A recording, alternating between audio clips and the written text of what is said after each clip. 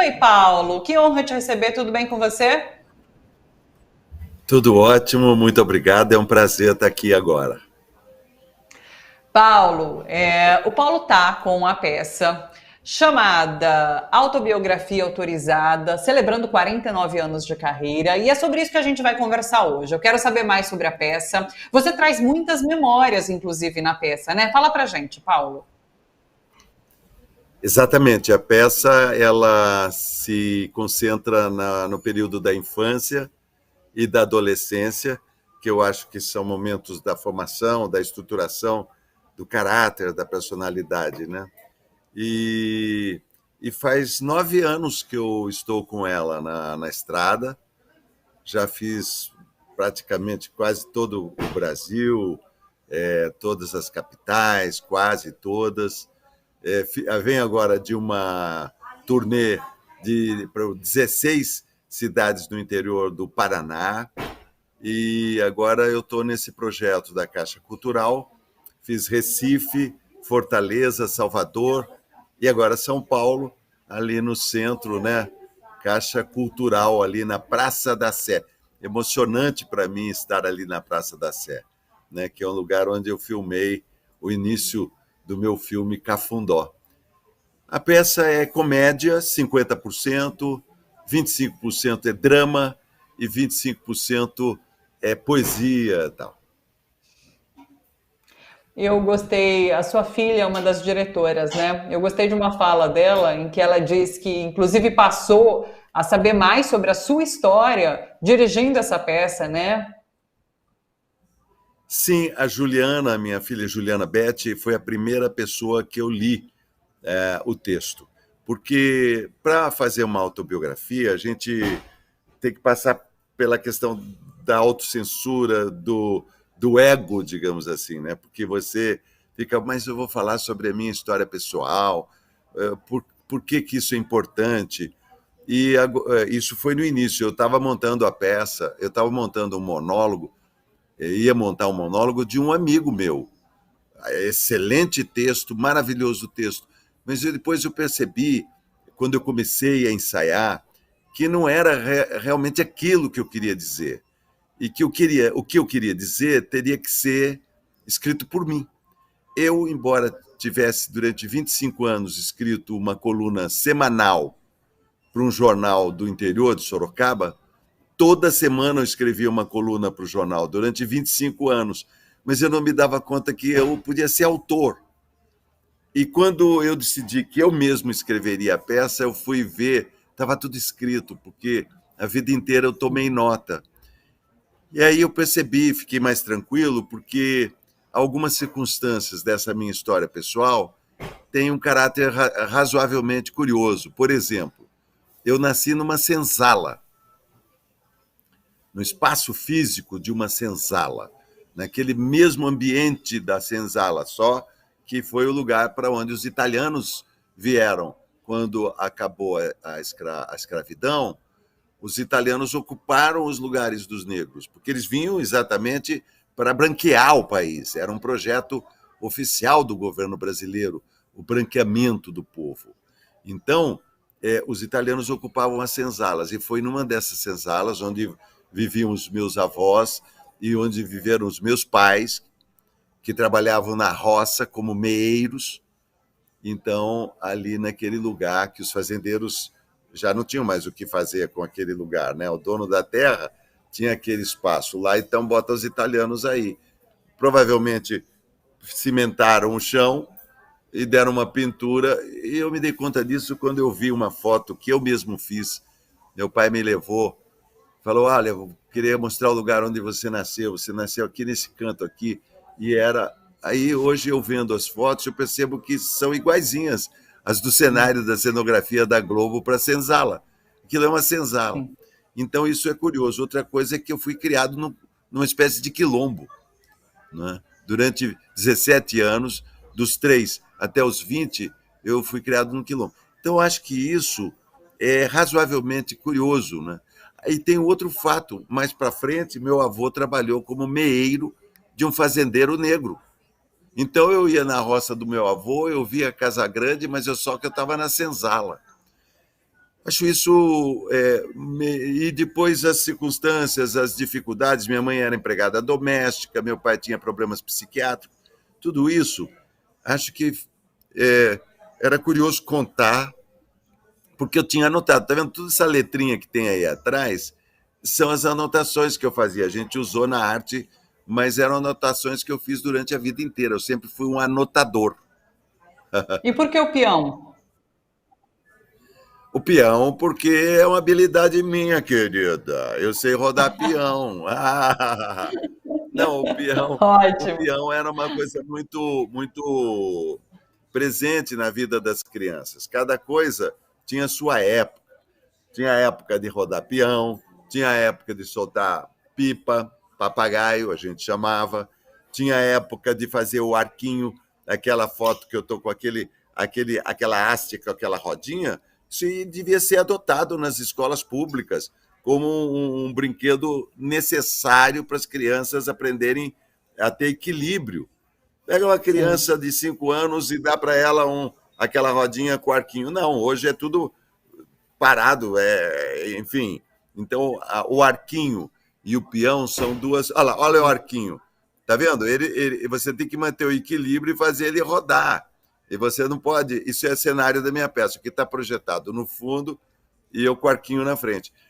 Então, claro, tem brincadeiras infantis, mas obviamente que eu falo da superação das dificuldades da escola pública. A peça é um elogio à escola pública. Eu sou fruto da escola pública. Se não tivesse aquela creche, bendita creche, quando eu tinha 5 anos, não sei o que teria sido de mim. Então, a peça costuma captar a atenção do espectador, né? Tem cenas, como você está vendo ali, de rádio, locuções, coisas relacionadas com o rádio, que o rádio foi também um elemento muito formador. Tem coisas mais difíceis, como essa cena final ali, onde tinha aquilo ali era um pedido. Aquilo ali, quem é a favor da escola militar tem que pensar na humilhação que todo ano jovens passam quando fazem 18 anos e vão ter que fazer o exame. Por que, que aquele exame físico é feito coletivo? Botam todos os jovens nus e depois ficam tirando sarro, brincando, debochando. Entende? Quando podia perfeitamente fazer exame físico com cada um no separado, com privacidade. Não, esse é o espírito militar, esse tipo de brincadeira. Bota todo mundo nu e depois fica tirando sarro de um, de outro, falando bobagem. Enfim, esse é o espírito que me faz ser absolutamente contra a escola militar, a escola Ô, Paulo, militarizada.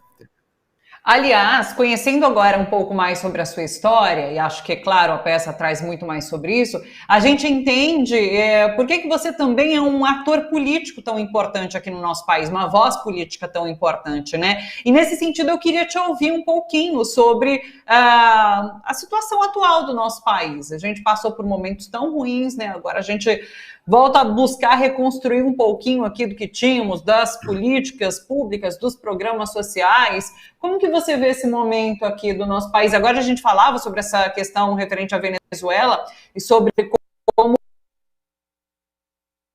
o Brasil, essa questão, é um ator também importante da América do Sul. Como que você vê esse nosso momento? Olha, na minha área, eu vejo com esperança e um pouco mais tranquilo, porque nós sofremos durante 4 anos uma perseguição absurda, né? Porque a primeira coisa que os fascistas fazem é perseguir a cultura, porque eles não admitem a liberdade de pensamento, né, e tudo mais. Então, eles logo perseguem né, havia, não tinha mais Ministério da Cultura, né? Não tinha Ministério da Cultura. Hoje nós temos o Ministério da Cultura, temos uma ministra da Cultura, uma mulher negra como ministra da Cultura, né? Temos a volta da Ancine funcionando, né? Temos a lei que faz. As pessoas, mas a lei Rouanet, Isso aí é uma pouca vergonha. Não, não é pouca vergonha nenhuma. A Lei Rouanet, existe leis parecidas com essa nos países desenvolvidos do mundo, porque as pessoas percebem que a cultura é uma coisa importante.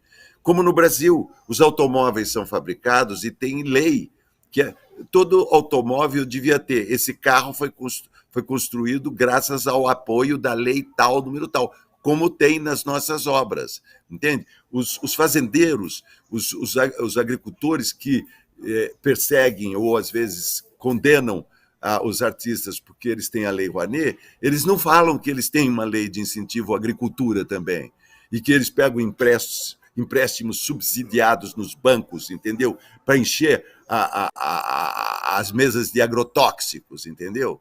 Então, isso eles não falam, né? Alguém pensaria nos Estados Unidos sem o cinema americano? Toda vez que você vê um filme americano e tem uma bandeira dos Estados Unidos, ali tem dinheiro público naquele filme, porque aquele filme está sendo apoiado pelo governo americano, que compreende onde vai a arte, onde vai a cultura do povo americano, vai o interesse dos Estados Unidos. Por que a gente usa calça jeans? Por que a gente toma Coca-Cola? Entende? Então, é isso, né? Então, o cinema está relacionado com o bem-estar, o teatro está tendo um congresso agora, lá em Araraquara, e que fala exatamente com provas científicas que quando as pessoas frequentam teatro, quando as pessoas são atingidas pela arte, pela cultura, elas têm mais saúde. E não é saúde só mental, não. É saúde mesmo, física também. Entende? Então, é evidente que, como eu sou filho de, na época falava lavradores, né? Não falávamos camponeses, né? Eu sou filho de gente da roça que trabalhou em fábrica, então não dava para eu. Inclusive, eu fiz minha peça porque eu resolvi escrever a minha e não fiz aquela que eu estava dizendo por uma questão de classe social. Eu não. O personagem da peça que eu estava fazendo falava: minha mãe tinha uma empregada doméstica. Eu falei: não posso falar isso, porque eu estou falando isso direto com o povo. Eu vou falar assim: minha mãe era uma empregada doméstica. Então, eu sou filho de uma empregada doméstica e de um servente de pedreiro. Porra, se eu não tivesse consciência de classe, então podia me matar, que seria melhor, né? Que bacana essa fala sobre cultura aqui hoje. Ontem a gente recebeu o Juca Kfouri, que fez uma fala tão importante sobre o esporte, né? Então, assim, a gente contemplando essas várias áreas importantíssimas para o nosso bem viver de todas as formas.